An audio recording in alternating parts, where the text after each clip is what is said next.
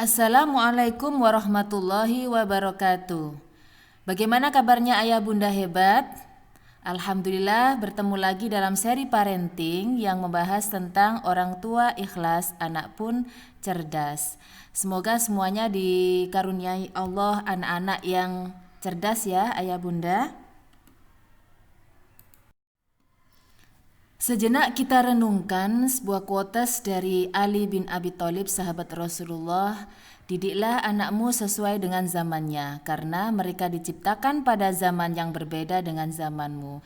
Ya, anak-anak kita hidup pada zamannya ya bunda, beda dengan zaman kita dulu. Sekarang zamannya apa? Ayah bunda, darling, oh darling, atau daring, oh daring. Ya, ya darling, ya daring ya ayah bunda. Baik, bagaimana kita akan menyikapi dengan zaman yang sekarang ini ayah bunda? Mari bersama-sama sharing bersama. Baik ayah bunda, kita lihat ilustrasi gambar berikut ini. Ini orang tua ngajak anaknya belajar ini. Mau kemana lagi? Ayo belajar di rumah? Anaknya jawab, mau ke rumahnya Bu Guru, emak ngajarnya marah-marah mulu. Nah, ini apakah ayah bunda juga ngalami seperti ini? Nah, gambar berikutnya ini anaknya sudah balik bunda ya. Kenapa balik? Lupa kalau BDR. Ya, jadi demikian ayah bunda. Memang hal ini mungkin kita juga mengalaminya ya. Jadi anak-anak sudah boring, sudah mulai bosan untuk belajar di rumah, kangen sama ibu gurunya. Nah, bagaimana cara supaya anak-anak ini kerasan untuk belajar di rumah? Sebelum kita mulai strateginya seperti apa, kita bahas bersama-sama. Perlu kita tahu permasalahan-permasalahan selama kegiatan PJJ atau belajar dari rumah ini seperti apa. Nah, ini ada beberapa ya Bunda. Jenuh dan terbebani tugas sekolah, kemudian orang tua tidak paham dengan keilmuan mendidik pedagogik untuk mengajar anak, intensitas komunikasi dengan guru semakin berkurang, bertambah konflik dengan keluarga, ini urusan ayah, ini urusan ibu, sama-sama sibuk. Kadang anak-anak tanya, ini tugas ini mau dikerjakan sama ayah, ayah sibuk, mau dikerjakan sama ibu, ibu sibuk, akhirnya ayah ibu bertengkar. Nah, tidak begitu ya? Atau begitu bunda, ayah? Nah, semoga tidak ada konflik ya ayah bunda. Kemudian fasilitas di rumah juga terbatas. Nah, ini hal-hal permasalahan yang mungkin kita rasakan ya bunda. Tapi permasalahan ini kita sebut sebagai tantangan supaya apa? Kita berupaya untuk mencari solusi yang terbaik dari permasalahan-permasalahan yang kita hadapi. Baik ayah bunda, dari permasalahan kita rubah mindset kita juga bahwa permasalahan tersebut pasti akan ada solusinya ya. Ya, jadi kita jadikan sebuah peluang yang solutif ya. Kalau kita merasa terbebani mendidik anak, kita kembalikan kepada fitrah kita sebagai orang tua adalah pendidik yang pertama dan utama. Kita diingatkan oleh Yang Maha Kuasa bahwa kita ini adalah pendidik anak-anak kita. Nah, kita syukuri, mari kita ikhlaskan ya bahwa waktu kita juga untuk mendidik anak-anak kita. Kemudian dengan pandemi ini kita punya kesempatan belajar bagaimana meningkatkan keilmuan pola asuh, keilmuan dalam mendidik ya, terkait dengan pedagogik ya. Kemudian kita semakin kreatif dalam membuat kegiatan karena kita akan terus berpikir menyuguhkan kegiatan yang unik, asik ya dan menarik untuk anak-anak. Kolaborasi dengan keluarga, ayah, bunda ya, dengan seluruh anggota keluarga semakin erat ya untuk bisa berpikir bagaimana berbagi peran, berbagi tugas ya, berkolaborasi dalam pendampingan anak-anak kita. Pemanfaatan lingkungan sekitar. Kalau sarannya terbatas, ada lingkungan sekitar yang bisa digunakan untuk media pembelajaran anak-anak kita ya. Nanti saya akan kasih contoh ya ayah bunda di slide berikutnya. Ayah bunda pasti sudah punya strategi luar biasa ya yang sudah diterapkan dari rumah. Nah, sekarang kita berbagi pengalaman strategi belajar dari rumah yang ramah anak. Ya, yang pertama pahami jenis kecerdasan anak. Nah, kecerdasan anak ini kalau menurut Howard Gardner ada 8 kecerdasan ya, jadi beragam. Kalau kita tahu jenis kecerdasan anak kita, maka kita akan tahu bakat dan minatnya mereka itu berbeda, sehingga pendekatannya juga berbeda.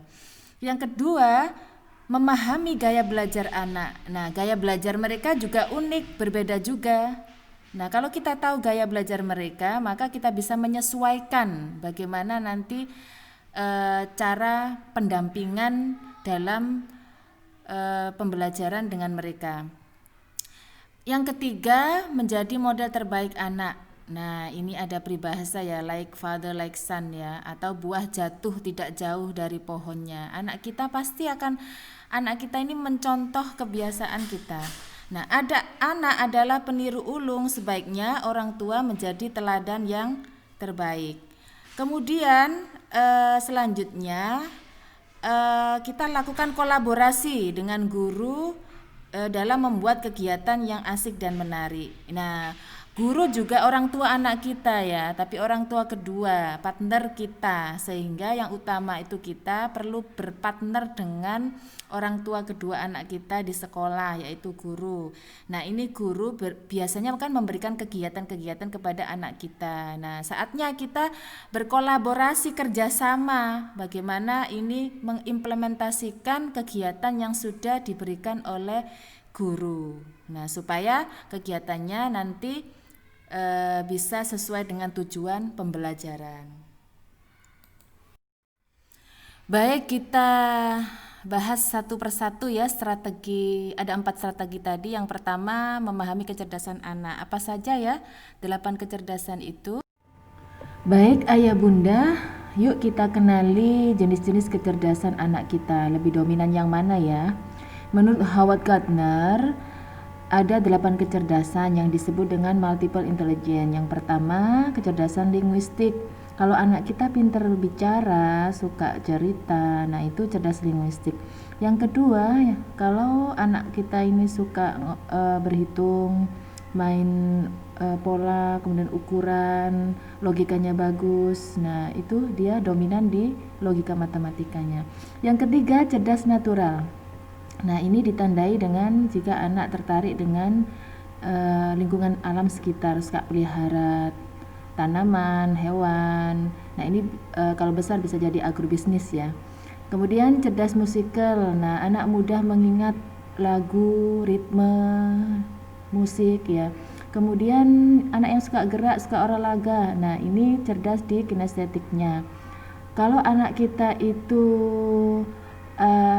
mudah mengingat dengan rute jalan peta, nah ini suka main warna juga, maka dia lebih dominan cerdas di visual spasial.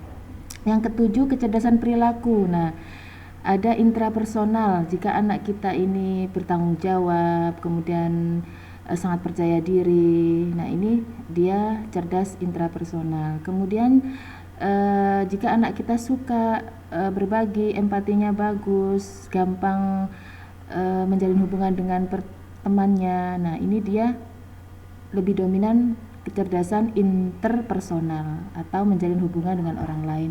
Nah, ini kalau besar mudah ini mencari kolega.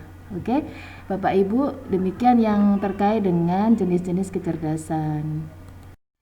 Strategi berikutnya, orang tua harus memahami gaya belajar anak supaya bisa memberikan pendampingan yang tepat ketika proses pembelajaran berlangsung. Apa saja gaya belajar anak-anak kita? Ya, ada visual, auditory, kinestetik. Nah, ini memiliki karakteristik masing-masing ya. Mari kita bahas satu persatu. Kalau tipe visual, nah ini kita identifikasi ya. Ini suka mengingat apa yang dilihat daripada yang didengar. Nah, anak kita demikian. Yang kedua, suka mencoret-coret sesuatu.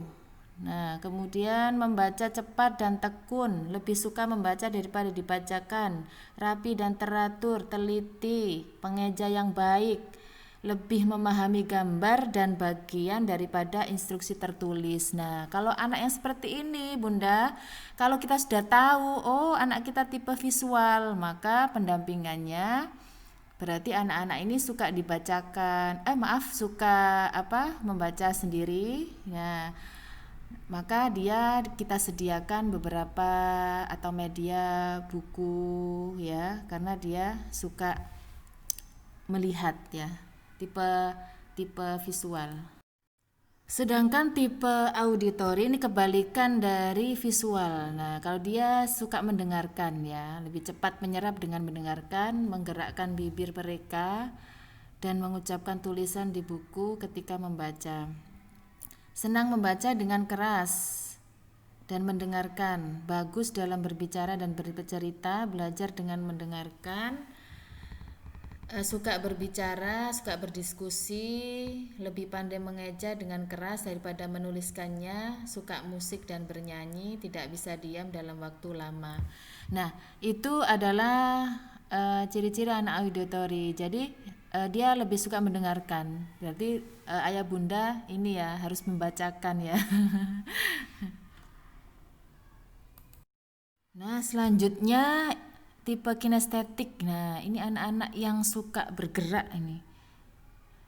Kemudian dia kalau bicara perlahan, menanggapi perhatian fisik. Kalau ada sesuatu kegiatan yang itu sifatnya fisik ya, dia sangat ini tertarik. Kemudian suka menggunakan berbagai peralatan dan media, belajar melalui praktek, menghafal dengan cara berjalan.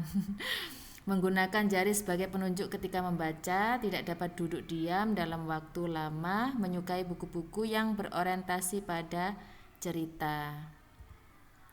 Kemungkinan juga tulisannya kurang baik, bagus ya. Nah, berikutnya strategi yang ketiga. Nah, ini orang tua diminta menjadi model yang terbaik untuk anak. Jadi, bagaimana ibu atau ayah ini suka belajar, maka anak-anak akan suka belajar.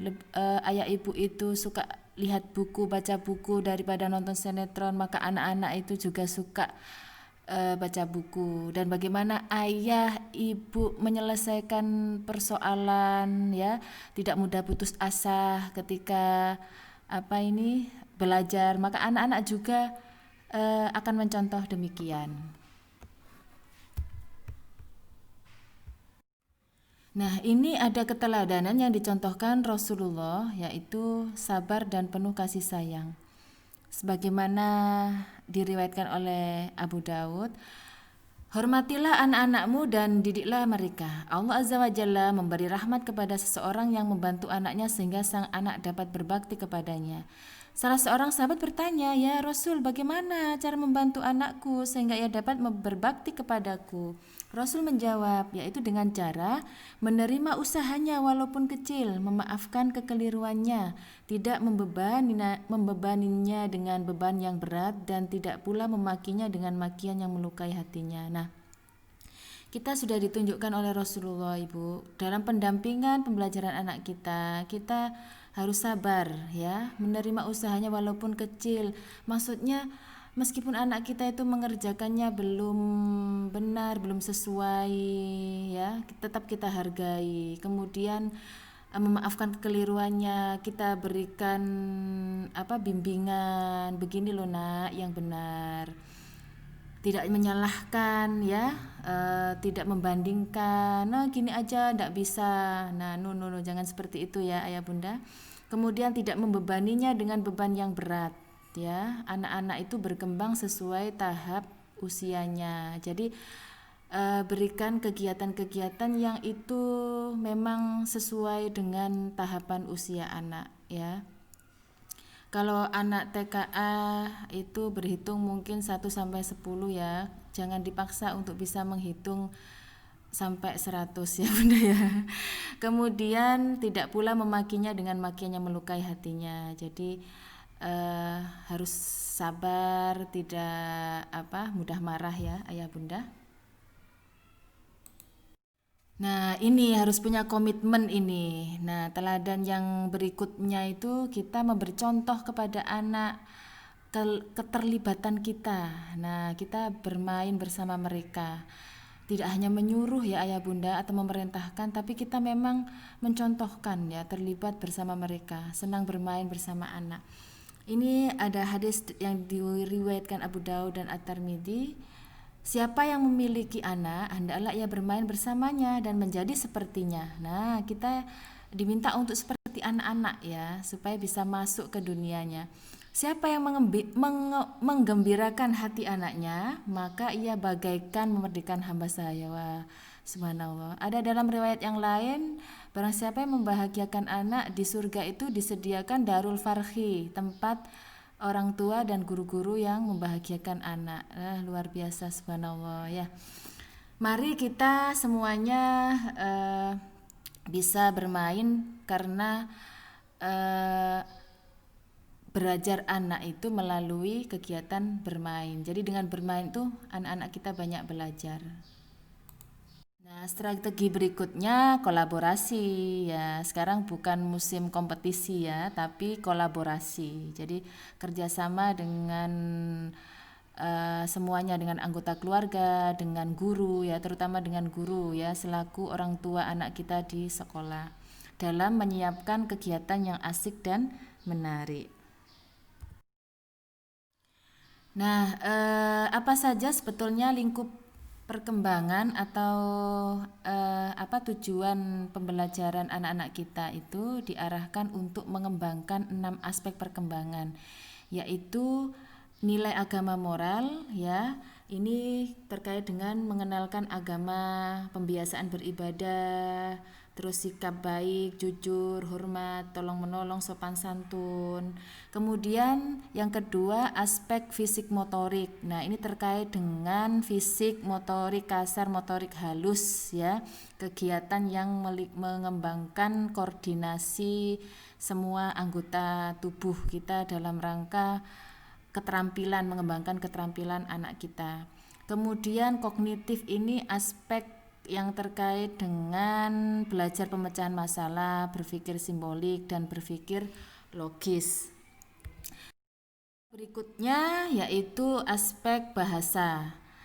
Nah, ini bagaimana kita kembangkan bahasa ekspresif anak dan bahasa reseptif ya. Keaksaraan juga. Kemudian sosial emosional terkait dengan bagaimana anak bisa memahami perasaannya, kemudian bisa menjalin pertemanan dengan teman-teman mereka. Kemudian aspek yang keenam, aspek seni. Nah, jadi ini terkait dengan ekspresi anak-anak dalam hal musik, drama ya, ataupun seni lukis ya, gambar. Nah, ada 6 aspek perkembangan yang nantinya perlu dikembangkan dalam kegiatan pembelajaran. Nah, ini berikutnya Bunda, Ayah. Ini kita coba menunjukkan kepada Ayah Bunda manakah kegiatan yang menyenangkan untuk anak. Kegiatan yang pertama ini berupa LK ya, lembar kerja tugas. Anak diminta untuk mengerjakan. Kemudian yang kedua, aktivitas yang lebih bermakna ya, jadi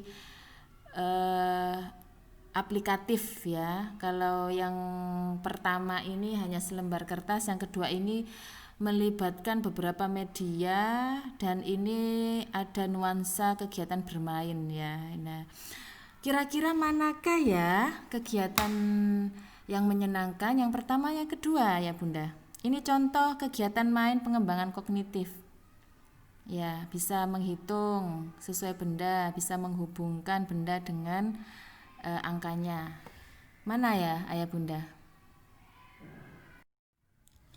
Nah, ini berikutnya contoh rencana pelaksanaan pembelajaran ya, yang biasanya mungkin diberikan oleh guru ya. Di sini ini aktivitas kegiatan selama 1 minggu. Nah, ini bisa dipilih oleh anak-anak kita. Nah, di sini ada 6 aspek perkembangan dan kegiatannya juga. Nah, kegiatannya asik ini. Aku bisa menanam bunga. Nah, yuk kelompokkan daun-daun di halaman. Nah, mengelompokkan daun-daun ini kemampuan kognitif ayah bunda. Membersihkan kebun bersama ayah bunda. Nah, ini juga ada aspek bahasa ya, bisa cerita dengan ayah bunda. Kemudian menghitung bunga-bunga yang ada di sekitar rumah. Jadi banyak aktivitas yang itu dilakukan di rumah tapi bisa mengembangkan 6 aspek pengembangan. Ya. Nah, ini berikutnya ada contoh kegiatan, satu kegiatan tapi mengembangkan nih, satu kegiatan mengembangkan 6 aspek pengembangan. Ada apa saja 6 aspek pengembangan tadi, Bunda? Iya, betul. Ada kognitif, bahasa, seni, nilai agama moral, sosial emosional, ya. Nah, ini misalnya mencari batu kerikil. Nah, untuk kognitifnya bisa anak-anak diajak menghitung kerikil jumlahnya berapa. Setelah menghitung, bisa kita ajak anak-anak menyusun, membentuk huruf ya, atau membentuk kata. Nah, sekaligus mengucapkan perbendaharaan kata. Nah, ini anak-anak menulis tapi tidak menggunakan alat tulis ya, dengan menyusun menggunakan media kerikil. Selanjutnya bisa aktivitas seni ya, menyusun batu-batuan menjadi karya cantik ya, membentuk bunga. Kemudian kira-kira sosial emosionalnya apa ya? Nah, ini anak bisa sabar, kerjasama mencari batu ya, mengumpulkan, mengelompokkan yang kecil, yang besar ya. Kemudian nilai agamanya apa? Kita kenalkan bahwa batu adalah ciptaan Allah. Kemudian fisik motoriknya. Nah, fisik motoriknya bisa kita tambahkan ini. Nah, kan terkait fisik dan motorik ya, bagaimana anak-anak ini memegang ya batu-batuan ini, kemudian dimasukkan ke dalam botol misalnya. Jadi bisa seperti itu ya ayah bunda, sangat sederhana dan mudah sekali. Nah, ini bisa mengembangkan 6 tujuan pembelajaran ya. Untuk meningkatkan pengetahuan atau pedagogik orang tua, nah ayah bunda bisa belajar dari buku-buku tentang kepautan ya, membaca-baca ya ayah bunda. Ini menjadi teladan untuk anak-anak kita. Wah, ayah bundaku suka membaca, maka anak-anak juga akan suka membaca. Nah, ini banyak sekali referensi, bisa dari googling atau dari buku-buku Direktorat Pendidikan Anak Usia Dini yang sudah itu mudah sekali diperoleh dari Mbah Google ya ya Bunda. Baik, terima kasih banyak ayah bunda, semoga bermanfaat ya. Ayo kita menjadi orang tua yang ikhlas dalam mendidik anak-anak kita supaya menjadi anak-anak yang cerdas. Sekali lagi terima kasih, mohon maaf apabila ada hal-hal yang kurang berkenan. Wassalamualaikum warahmatullahi wabarakatuh.